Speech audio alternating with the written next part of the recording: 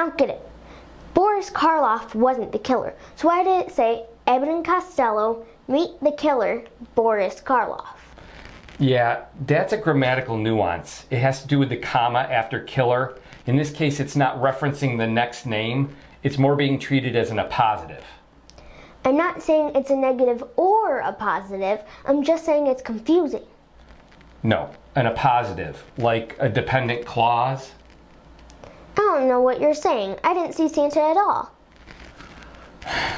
This whole thing could have been eliminated if instead of a comma they had used a semicolon. Do you know what a semicolon is? Yeah, it's your lower intestine.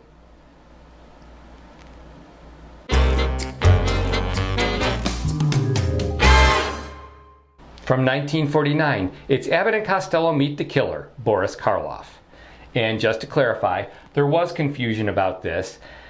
Boris Karloff's name was added to the title not to insinuate that he was the killer, but to add a marquee name to the title because they felt that one more name, publicity-wise, would sell the film better. So there is some confusion. When I was a kid, I thought the killer would have to be Boris Karloff. So I agree. Either way, I did like this, and I would have to say this is probably, so far at least, my favorite Abbott and Costello movie.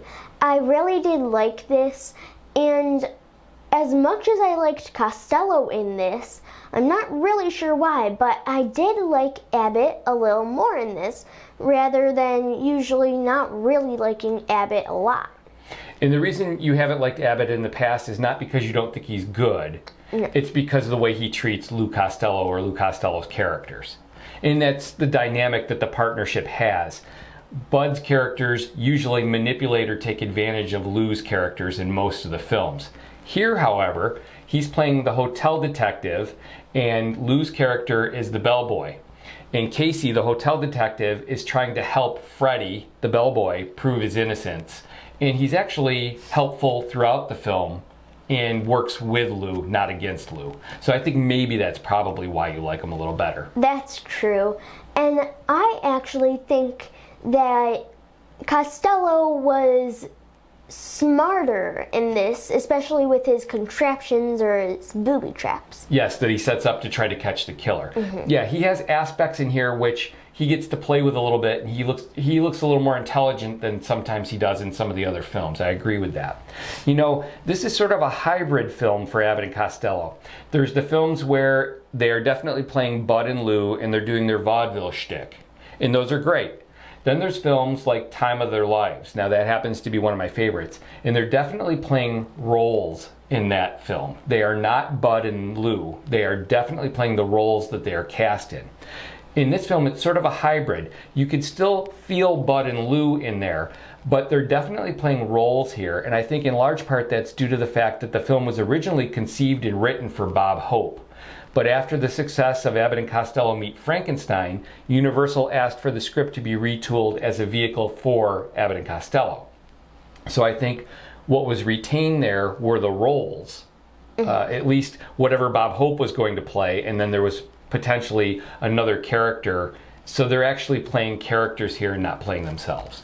Right, but I did think that it did have Abbott and Costello. I do think that it had a little bit of that in their characters. Now, kind of interesting for me, I do think that the investigator in here is more of what Abbott would usually be to Costello, and I think the investigator is like that more to Costello than to Abbott, but it is a little bit to Abbott too. Yes, he's definitely the heavy here in some ways. He's not the bad guy, but he's the one that's kind of pushing Lou around in the film for the most part. And this does set up a lot like an Agatha Christie murder mystery or a traditional murder mystery. You mentioned Clue as we were watching it because you're familiar with that film. So you have an investigator, you have a murder, you have a whole slew of suspects who are at this hotel, and they all have motive, and we have to follow the clues throughout the plot to see who did it at the end. So it's a lot of fun in that way.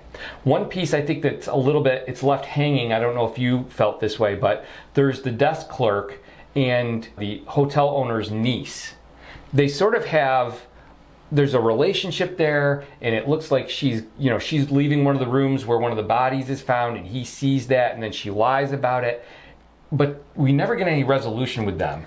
I think that their plot line got left dangling, and I'm going to guess that's because the script was retooled for Abbott and Costello, and that might have been a more significant plot line in the original script, and they just kind of left it loose and never dealt with it. Did you notice that? Yes, I did, because you actually pointed out he saw her leave the room. And so I assumed that she may have been part of that with something. And after a while, now that you say that, that's true. And she really covered for her uncle the one time when he said he was out for a walk. She gave him an alibi. And again, that desk clerk went to her and said, "Why are you doing that? Why wouldn't you say that we were on the terrace together?" And she said, "Don't ask me, just trust me." And that's pretty much the last we get of them. There's no resolution to what she was doing or to their relationship at all. And I think that's just something that they couldn't fit into the final script here after the script was changed for Abbott and Costello. That's my guess anyway. But again, I really liked the film. I thought Boris Karloff was good in it. He was added at the last minute. His part was originally supposed to be a woman. And when he signed on to the film about 5 or 6 days before shooting began, they changed the part for him, and then they threw his name into the title again for publicity's sake, and so that they could work together again because they had worked together in other films. And all the supporting characters are fun here. They're all mysterious and creepy in their own way, and that adds atmosphere to it. I really like the bottomless pit in the cavern. That aspect of it. The guy in the rain slicker with the mask on his face when I was a kid always creeped me out. I don't know if it creeped you out. I think it was a little creepy, but I don't think it really creeped me out too much. Maybe it was just me, but I still thought he was creepy when we just watched it, so whatever. That's okay. Well, in any case, this is a decent entry for Abbott and Costello. After this, Lou had a bit of a bout with rheumatic fever. He had a relapse. He had suffered from it earlier, so they didn't make another film for about a year. I know this was re-released again in 1955 or 56 with another film, but 49 was the year it was made, and they made it in about 36 days, which to me is amazing. So, Anything else? No, I don't think so. All right, well, for you? This is definitely one to see. This is probably my favorite Abbott and Costello movie so far that I've seen.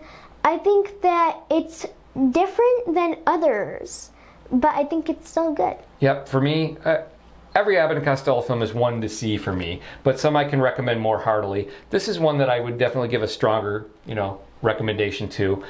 I enjoyed it. I enjoyed it just as much now as I did when I was a kid, and that's sometimes surprising because of nostalgia, right? But this one held up for me. See what I did there? Oh, Daddy.